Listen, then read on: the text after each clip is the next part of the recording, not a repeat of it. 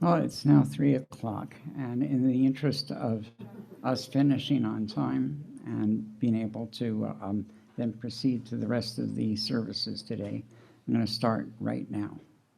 But actually, before I begin, I need to say something about two sorrowful events that have happened today. The first of which is that there was a very serious attack by the Israeli army on the town of Burin, which is famous for its nonviolent resistance. And people who are doing nonviolent resistance do not deserve a violent suppression. Also, this morning in Manchester, UK, at the very beginning of Yom Kippur services, a man used his car to smash into the Park Hebrew congregation while people were there davening, and 2 people were killed and 3 were seriously injured before he was stopped. And so both of these communities are in trauma and in mourning, and we are here with them in that mourning. So good Yantif, good afternoon to everyone here and on Zoom.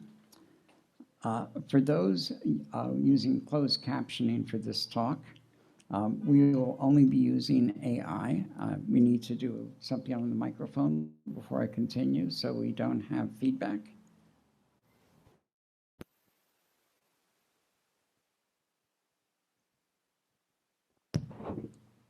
Hopefully that will help. I think so. So we're only going to be using AI captioning. So the few words that I use in Hebrew are going to be a bit distorted. For example, when I use the Hebrew word for accounting of the soul, on my computer it comes out hash bone netfish, which is, of course, cheshbon hanefesh. And so I've asked Keepster to put into the chat the 3 Hebrew terms I'm going to be using during this. It'll just put them in now, and when you get garbage, gobbledygook, assume it's these terms. So one is cheshbon hanefesh, the other is teshuvah, the other is tzedakah.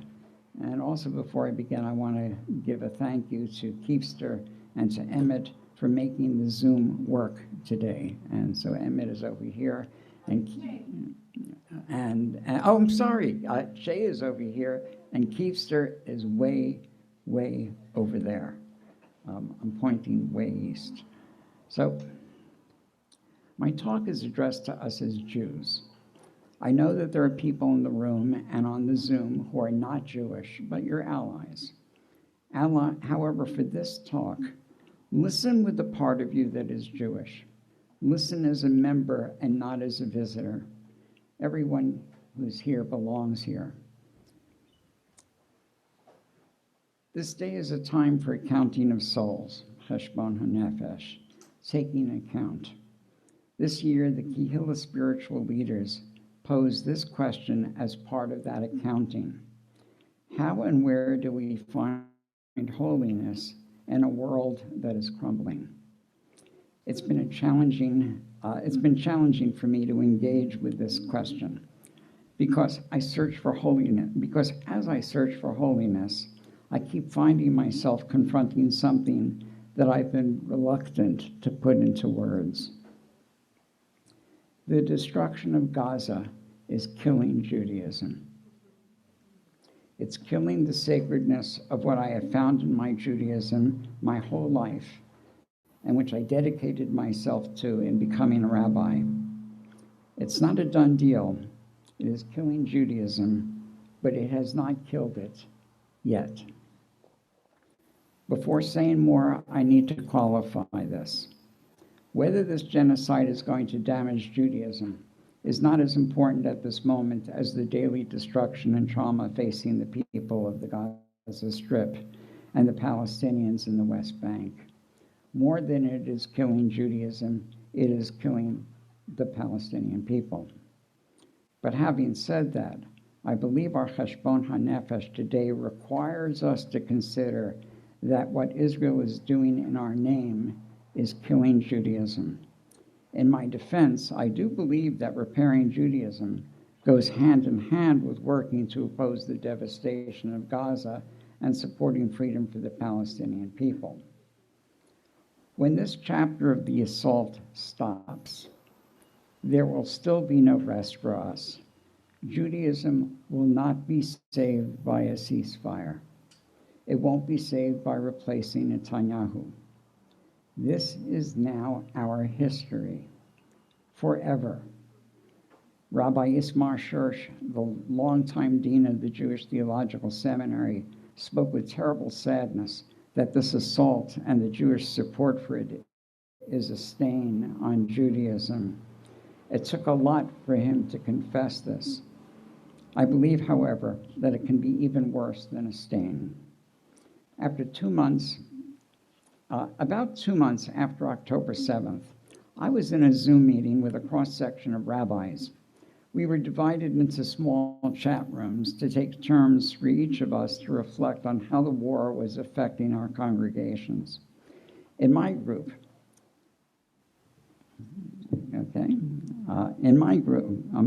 maybe we can turn that, okay. So in case, I was in this chat room with a group of cross-section of rabbis. And in my group, a rabbi of a Reform congregation reflected that many of her younger congregants were expressing their concerns for the people of Gaza. I thought she was bragging a bit, but then she said to the effect, "I don't know what we've been doing wrong. Maybe not enough teaching supporting Israel. Maybe too much tikkun olam." Look, October 7th was traumatic for us when Hamas broke through the fence surrounding Gaza and attacked military sites nearby, and then went on to kill 1,200 people, mostly civilians, which they terrorized and they kidnapped. Unforgivable. It was a war crime followed by legitimate fears and grief for people we love.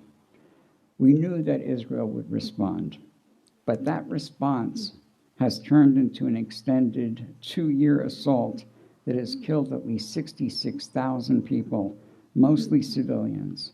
Unforgivable. And since then, our fears as Jews, our traumas, our victimhood, our Jewish history are now being enlisted to defend the assault on Gaza. Our biblical texts about the Hebrew tribes in the ancient land of Israel are utilized by settlers to support their pogroms in the West Bank to expel Palestinians from their homes and villages on the claim that God gave the land exclusively to us Jews. Rabbi Shaul Magid has spoken that if the purpose of the state of Israel was to protect Jews and preserve Judaism, today Judaism is being utilized to defend that state and to excuse its excesses. He asks, what if Judaism as we know it is no longer the foundation of the state, but the servant of the state? He asks if that service to the state will change Judaism as we know it. And when he says Judaism as we know it, he means that Judaism which the Reform rabbi worried that she had mistakenly taught her students. Jewish values have to be perverted, reprioritized, and distorted in order to justify and accommodate the reality of the massive killing and starving of innocent people in the name of the Jewish people. All this is defended as ethical in many ways, which defy what we have been taught.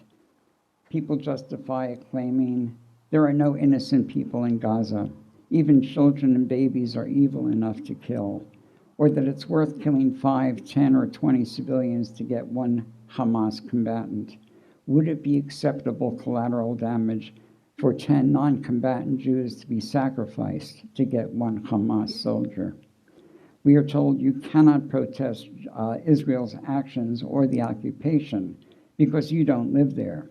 I hear this from people who allow themselves to protest Palestinian actions and attitudes when they don't live there under occupation. Most of these justifications are based on the idea that Palestinian lives, needs, and aspirations for freedom are not as valuable as those of Jews. This flies in the face of the Torah that says that every human is equally in the image of God. It flies in the face of Hillel's summary of the Torah that we cannot do to others that which we cannot abide being done unto us. And I'm only scratching the surface here. In my view, if no Jew or no Jewish community protests what is happening, then Judaism will have lost all legitimacy. All that will be left are some rituals, laws, some recipes. Our great texts will be reduced to historical value only. The Torah can no longer be embraced as that word which summons us to justice and compassion. The Torah scroll will be kissed only as one would worship an idol. There will be no spark of holiness left in our tradition if its ethical dimension is ripped out. We cannot allow Judaism to become toxic. Maybe I'm overstating the case, but this is the general direction and the first steps that have been taken. So finding holiness in our Judaism is existentially essential. It requires teshuvah, a collective atonement.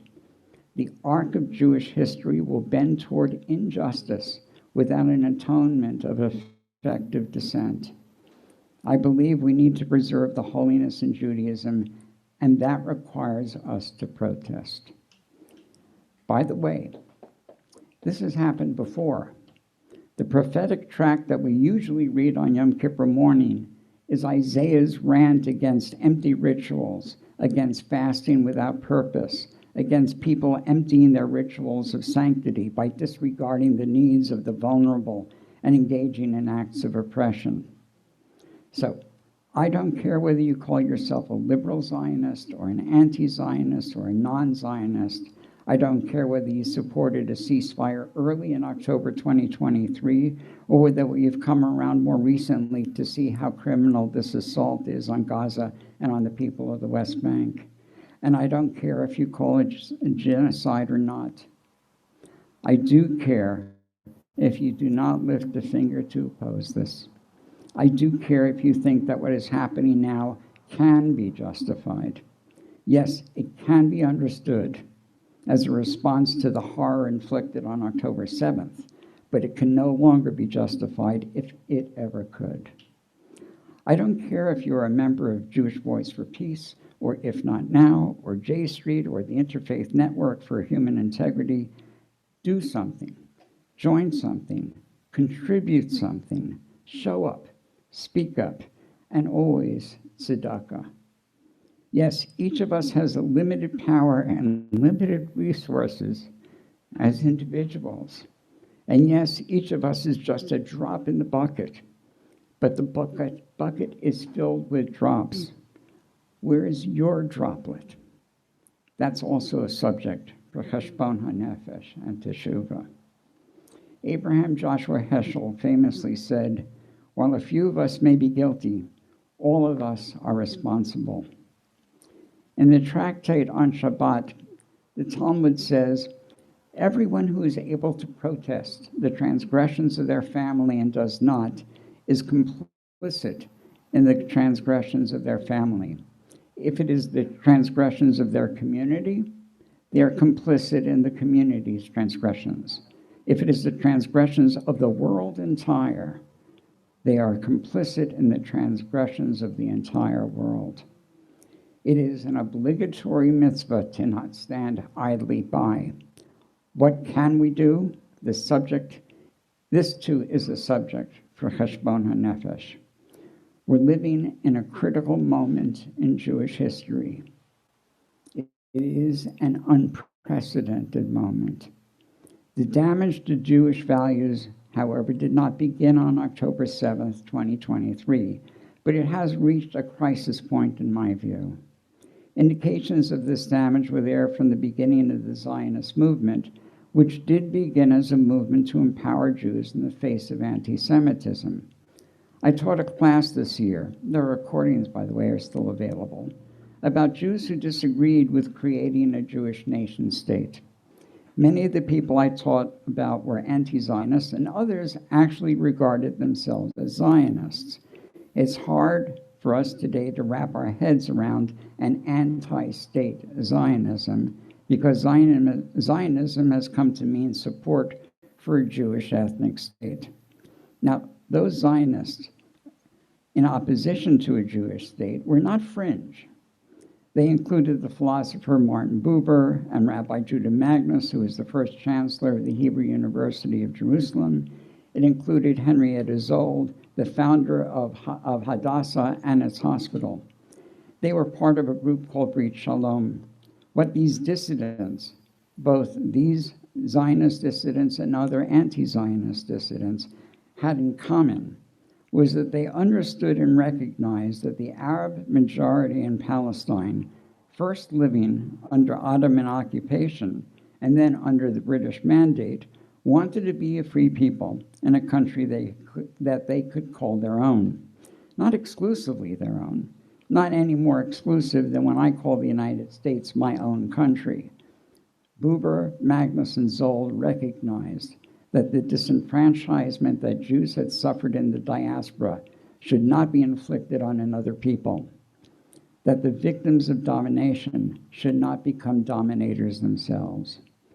Brit Shalom supported Palestine as a place to which Jews could flee and settle. They regarded it as a Jewish homeland, but also the homeland of all the people living in Palestine. They opposed the expulsion or displacement of any of the indigenous people there. They were against a Jewish nation state.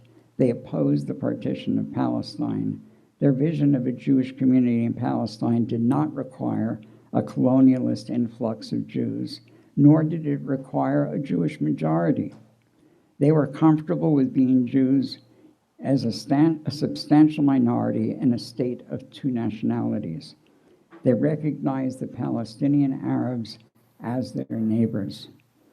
They were operating in concert with the values which they were taught as young Jews, to love your neighbors and to not afflict upon that which you hated if it were done to you.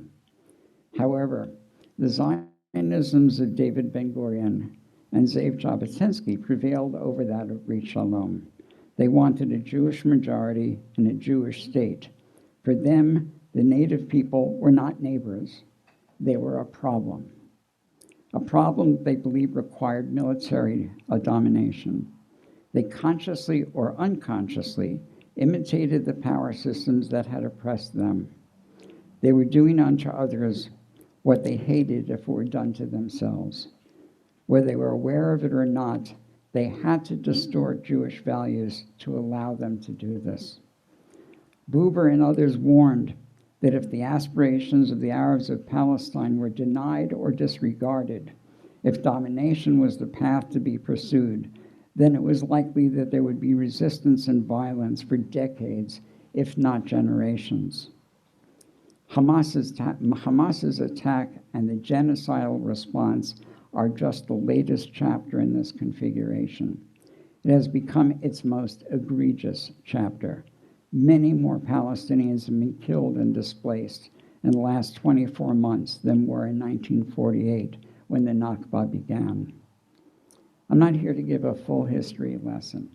The point I'm driving home is that for the leaders of Israel, the sin of the Palestinians is that they never gave up their desire to be a free people in a country of their own.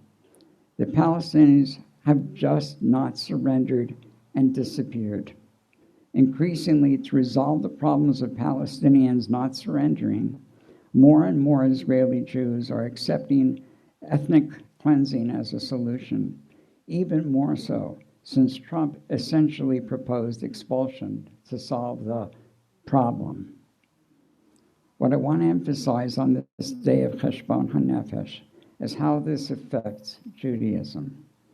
The clearest statement about this I heard recently was from the Israeli historian Yuval Harari. I'm sure many of you have read his book called Sapiens, A Brief History of Humankind. He's not known as a leftist, and he rarely speaks or writes about Israel-Palestine. In an interview in June on the weekly news podcast Unholy, Harari was asked where this genocide fits in Jewish history. Here is his response, and I'm quoting it in full. Judaism never faced a catastrophe like we are facing right now, which is a spiritual catastrophe for Judaism itself.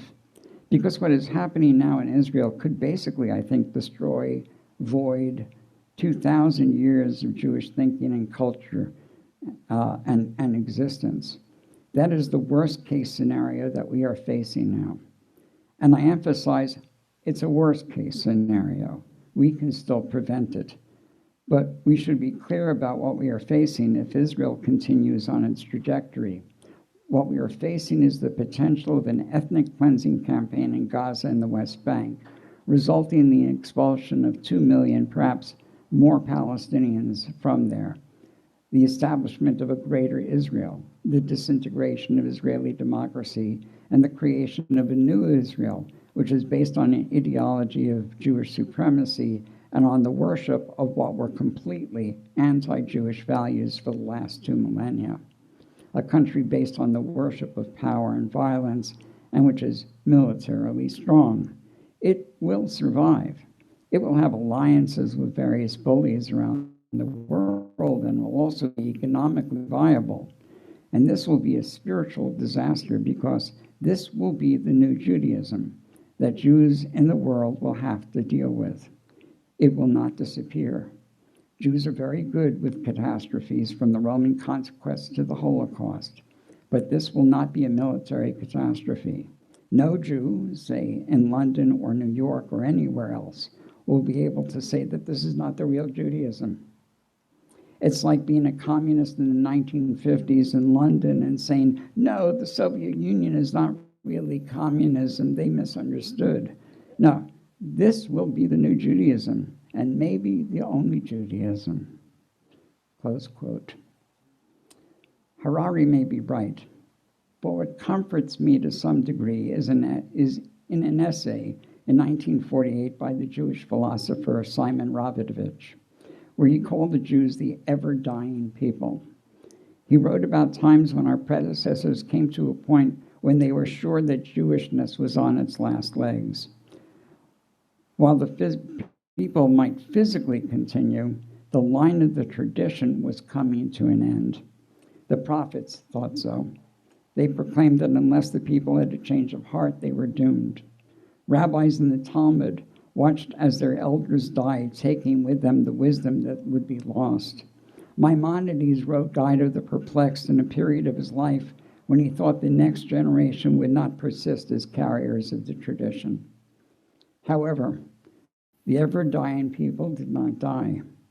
The Jewish tradition may be in danger, that tradition that we identify with where we identify with the oppressed, where we reject the legitimacy of immoral tyrants, where we accept the commandment to struggle against pharaohs and not become pharaohs ourselves. That ethos is in serious danger. However, we need to consider that most of the ancient prophets died as failures. The institutions of the Israelite monarchy and priesthood were unmoved by the prophets' protests. Isaiah, Jeremiah, Amos did not have many followers. They had a few scribes to record what they said. Their scrolls were not bestsellers. Their calls for justice and compassion were unheeded. They had no real effect that they could see in their lifetimes. They had no idea that their teachings would become the essence of the Jewish tradition and would also be central to what would become Christianity and Islam.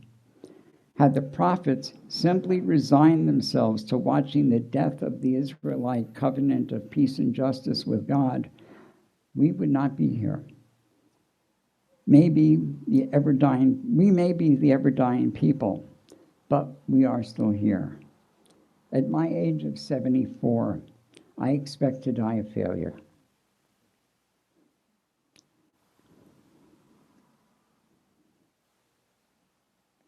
I'm sure that the legacy Jewish institutions will continue to serve the needs of the Israeli leadership and to justify its actions. They are unlikely to truly defy Israeli suppression of Palestinian rights. I said before that if no Jewish community protests what is happening, then Judaism will have lost all legitimacy. But there is protest, and maybe not from the majority, and not from the legacy institutions, but there is a substantial minority in opposition, and in my experience, it's growing. Will it be enough to stop what Shaul Magid or Yuval Harari called the worst-case scenario? No one can know for sure. But whether or not it saves Judaism, we owe it to the Palestinian people to organize and protest. But we also owe it to ourselves, and we owe it to the Jewish tradition, because we are this generation's link from the past to the future. A year ago, I could not imagine organizing a cross-section of local rabbis to demand at the Israeli consulate that Israel stop the killing, stop the starvation, stop the pogroms in the West Bank, and to not annex the territory.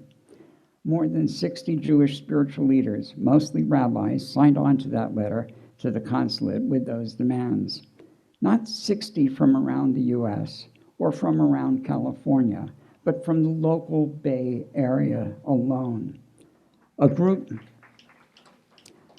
sat down in the street in front of the consulate. Of them, 30 Jewish spiritual leaders sat there risking arrest. The tide is turning. I know that many rabbis around the country are stepping out these high holidays and are giving sermons contrasting Jewish ethics with Israeli actions. Local Northern California rabbis met last month for our annual pre-sermon writing retreat.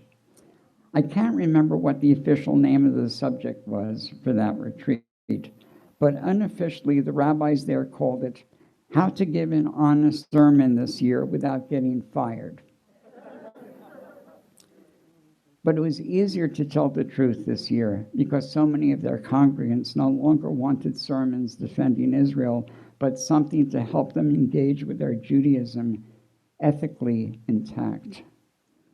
Organizations like Jewish Voice for Peace, If Not Now, J Street, and Truah, Rabbis for Ceasefire, have all been active against the slaughter and are getting more membership. They have all gotten more skilled in taking action.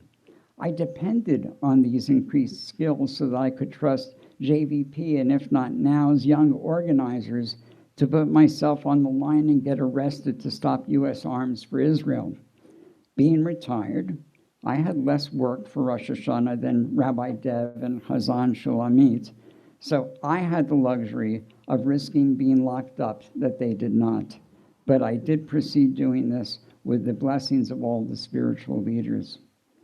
What really has caught my attention this year is two organizations of Orthodox and observant Jews who are religiously opposed to Israel's assault. Small Emuni, which is English is the faithful left, and Halachic left. Their members have surged and they have held conferences that I've attended remotely. To give an example of what they're playing with, there was a workshop about how to maintain kashrut while serving in the West Bank in support of Palestinian resistance. Another workshop was called Must Zionism Do Teshuvah? The answer was yes, and various halachic and historical resources were provided to substantiate the claim. For many, resistance has become part of a spiritual practice, or is it that spiritual practice is infusing resistance? During the encampments last year, Jewish participants held Shabbat services and Seders. At Columbia, their Kabbalat Shabbat drew more people than the campus Hillel.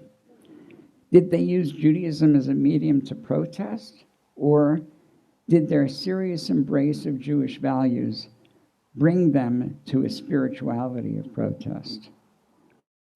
Locally, many of us participated in the Tisha B'Av service at the UN Plaza, where our mourning for the Roman destruction of Jerusalem was interwoven with our grief for the destruction of Gaza.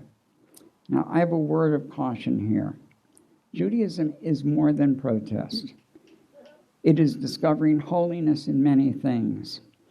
Our rituals must celebrate our awe, our gratitude, our joy, our cherishing of the earth, our love for each other, our love for God or for the Spirit or for the oneness. Not every ritual we do concerns our struggles against oppression. Not every sermon has to be this sermon that I'm doing now. We are proudly a diaspora synagogue. Not every Shabbat has to be focused on Israel-Palestine. We are more than a forum for protest, although protest we must. Kehillah has always been in the opposition since our first year when we resolved to support the human and national rights of the Palestinian people. That was 41 years ago. That value is shared by a cross-section of our members, whether they regard themselves as anti-Zionist, liberal Zionist, or non-Zionist, or have no label for themselves at all. When we started, we were the only synagogue that took a stand on this. This year, there are at least 30 synagogues in Chabarot that are declared safe spaces for people to pray, for Jews to pray, opposing genocide. Now, I want to end with an anecdote. A few days before Rosh Hashanah, Hazan Shulamit and I were considering which prayers we would do leading up to the Amidah on Rosh Hashanah morning. We decided to do the traditional Tzur Yisrael, and we were discussing whether to do the English as well. Tzur Yisrael means Rock of Israel, and Rabbi Bert's English version begins, "O Rock of Israel, your cry is heard in the tears of the oppressed." We wondered if people would have some cognitive dissonance from this expression just before doing a private silent prayer, so we decided to just do it in Hebrew. And this got me thinking about Simon Rabinovich, that philosopher I mentioned earlier. He taught at Brandeis. He had a correspondence with the Israeli Prime Minister David Ben-Gurion in a series of letters written soon after the establishment of the state. He repeatedly begged Ben-Gurion to not call the state Israel. Here are a few excerpts of his letters. Quotes, these are all quotes. Israel has been the name of the Jewish people, irrespective of time or place. It was the name of the Jewish people yesterday. It is the name of the Jewish people today. Israel has, for the last 2,500 years, stood for the Jew individually and Jews as a group. If the name of the state is really to remain Israel, then there will arise a host of thorny difficulties for the future generations of the Jewish people. What about the holiest, most solemn declaration of Jewishness with which a Jew begins his day and he's supposed to repeat with his dying breath? Will Shema Yisrael, hear, O Israel, have to be replaced? What to do with the God of Israel or the house of Israel? And who is Tzur Yisrael, the rock of Israel? The one name for the state that will not do under any circumstances is Israel. You are taking, Israel has essentially one meaning, and if you take it away from the children of Abraham, you are taking away their name. Here is Ben-Gurion's response. Quote, the name Israel, since 4:30 p.m. on 14 May 1948, applies only to the Jewish state.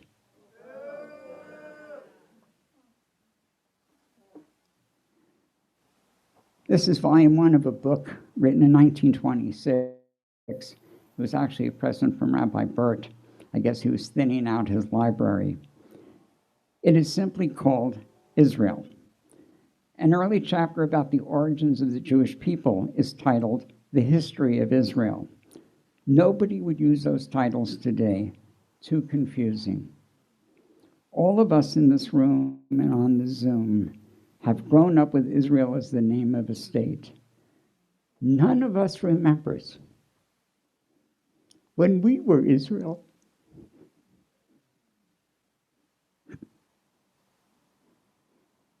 Israel's taken away our name. It's up to us to keep it from taking away what we find most holy in our Judaism. Shana Tova. Let's take a minute.